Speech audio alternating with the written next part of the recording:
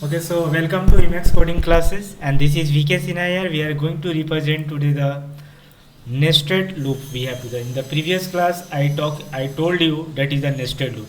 तो nested loop के बारे में मैंने आपको बताया था कि अगर एक loop के अंदर अगर कोई दूसरा loop execute होता है, so one loop inside other loop, that is known as your nested loop, right? सो हम लोग आज के टाइम में आज के क्लास में हम लोग देखने जा रहे हैं कि इसका हम लोग यूज कैसे करते हैं as a practical zone in the coding section we have to the understand. So before that I am taking the one things here, that is a pattern. I told you also, if you have to represent the data in 2D format, so like I have to represent the data in two-dimensional format, that is that I have to like this data 1 2 3, and here I have to represent 4 5 and 6. I have to represent the data in this way. Okay, अगर मुझे screen पर data को इस तरीके से represent करना हो, means in the 2D format, two dimensional format, so there I will use the nested loop. Get your point? And one I told you that is a security purpose, so for the better security purpose we can use the nested loop also. But before that I am going to, and you can see the one loop programming you can see on the railway station, that is the escalator. If you are going through the escalator, that is the loop programming is there. You have to see on the railway station on that part, and you can see as the our RR railway station also, that is escalator is there, right? So there is a loop programming is going on. So what we are going to talking about today, we are going to talking about a nested loop. तो इसकी हम लोग coding section में देखने जा रहे हैं. तो पहले हमें ये समझना है कि जो हमारे पास डेटा है, जैसे 1 2 3 4 5 6 हमारे पास ये डेटा है, ठीक है.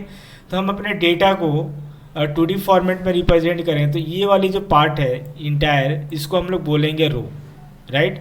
और ये वाला जो पार्ट है इसको हम लोग बोलते हैं कॉलम, राइट. तो ये वाला पार्ट हमारा कॉलम कहलाता है, और ये जो इंटायर पार्ट है इसको हम लोग बोलते हैं वन रो. ये हमारा एक रो हो गया, ठीक है. और ये हमारा सेकेंड रो हो गया. So we have to the second row, and हमारे पास कॉलम कितने होंगे यहाँ पर? 3 कॉलम्स होंगे. 1 columns, second column and third columns, right. This 1 2 3. तो ये हमारे पास कॉलम हो गए और ये हमारे पास रो हो गया. तो हम अपने डेटा को रिप्रेजेंट इस तरीके से करना चाहते हैं 2D फॉर्मेट में, तो इसके लिए हम नेस्टेड लूप का यूज़ करेंगे. कैसे करेंगे इसको अभी हम लोग देखते हैं. तो अभी मैं आपको नेस्टेड लूप के लिए फॉर का यूज़ कर रहा हूँ. फॉर लूप का हम यूज़ करने जा रहे हैं, ठीक है. And we have to understand. So now question will be arise, how can we arrange the for loop in that moment? We have to understand. तो for loop का हम कैसे यूज करेंगे इसको समझते हैं, ठीक है. So for that, for better understanding, in that moment I am going to tell you the nested for loop we have to the use in the one part.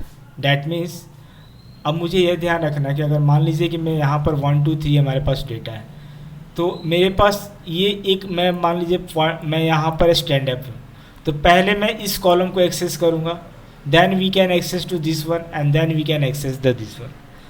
तो मैं क्या करना चाहता हूँ कि मैंने आपको बताया था कि लूप के अंदर वेरिएबल को इनपुट कर देते हैं लूप के अंदर, तो वेरिएबल पॉइंटर की तरह ट्रीट करने लगता है. यस और no? Are you getting what I am saying? So variable जो है पॉइंटर की तरह ट्रीट करने लगता है. Getting my point? सो यहाँ पर ध्यान दीजिए कि जो इंडेक्स नंबर है हमारे पास, this is a 0th index number, हम इसको बोलेंगे इंडेक्स नंबर, तो इसका पोजीशन नंबर देते हैं. तो बाय डिफ़ॉल्ट जो सेटिंग होगी इसकी मान लेते हैं कि ये जो पोजीशन नंबर है 0 है, और ये पोजीशन नंबर 1 है, और ये पोजीशन नंबर 2 है. इसका पोजीशन नंबर 2 है, राइट. इसका पोजीशन नंबर 1 है, और इसका पोजीशन नंबर 0 है, ठीक है. We have to this. तो यहाँ पर जब हम रहेंगे, मान लीजिए हम यहाँ पर हैं फर्स्ट वाले पर, तो हमारा फर्स्ट जो लूप है पॉइंटर वो यहाँ पर रहेगा कॉलम के लिए, और दूसरा हम लूप चलाएंगे रो के लिए.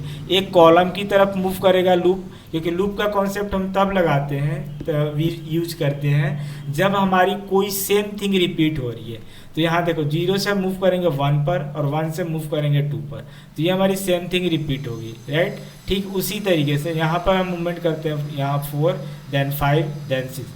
तो सेम थिंग जब रिपीट करती है हमारी, तो वहाँ पर हम लूप कॉन्सेप्ट को यूज करते हैं. तो यहाँ पर फर्स्ट हमें रो की तरफ बढ़ना होगा, 0 से 1 पर जाना होगा, 1 से 2 पर जाना होगा. ये इंडेक्स नंबर जो है रो के लिए, ठीक है. तो एक्चुअली में एक कॉलम नंबर है, राइट, 0 1 2. और रो के लिए इधर मैं कर देता हूँ, that is a point we have to the, this is the 0th row and this is the first row, ये हमारा रो नंबर हो गया। तो अगर मैं एक लूप को मैं कॉलम में सेट कर देता हूँ यहाँ पर, ठीक है, कॉलम वाइज में, और दूसरे लूप को मैं रो में सेट करता हूँ, एक लूप के अंदर दूसरा लूप यूज करूँगा। पहला लूप मैं सेट करूँगा जो कि आउटर लूप होगा हमारा, ये वाला जो लूप है आउटर लूप, वो मैं आपको कॉलम्स के लिए सेट कर दूंगा, ठीक है, कॉलम पॉइंट के लिए, ठीक है। तो ये आउटर लूप हो गया, और जैसे ही इसके अंदर जाएगा तो मान लेते हैं पहला हमारा पॉइंटर यहाँ पर मूवमेंट है 0 इंडेक्स पर, तो ये वाला जो लूप है, ये वाला जो इनर लूप है वो एग्जीक्यूट होगा और ये मूव करेगा 1 2 3, क्लियर है। तो रो के लिए, ये रो के लिए मूव करेगा और ये कॉलम के लिए मूव करेगा। तो कॉलम के लिए हम रख देते हैं, right, this is the column and this is the row. तो रो को हम रख देंगे आउटर लूप में और कॉलम को रख देंगे इनर लूप में, ठीक है।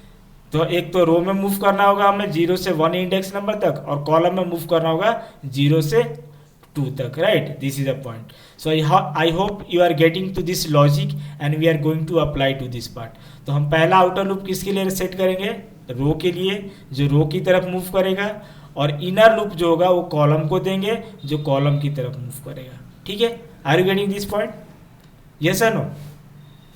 So Yes, sir. I hope everybody is getting to this point, and finally I am going to print the data in the 2D format. So now we are going to the coding section and we have to the better understanding here. Okay.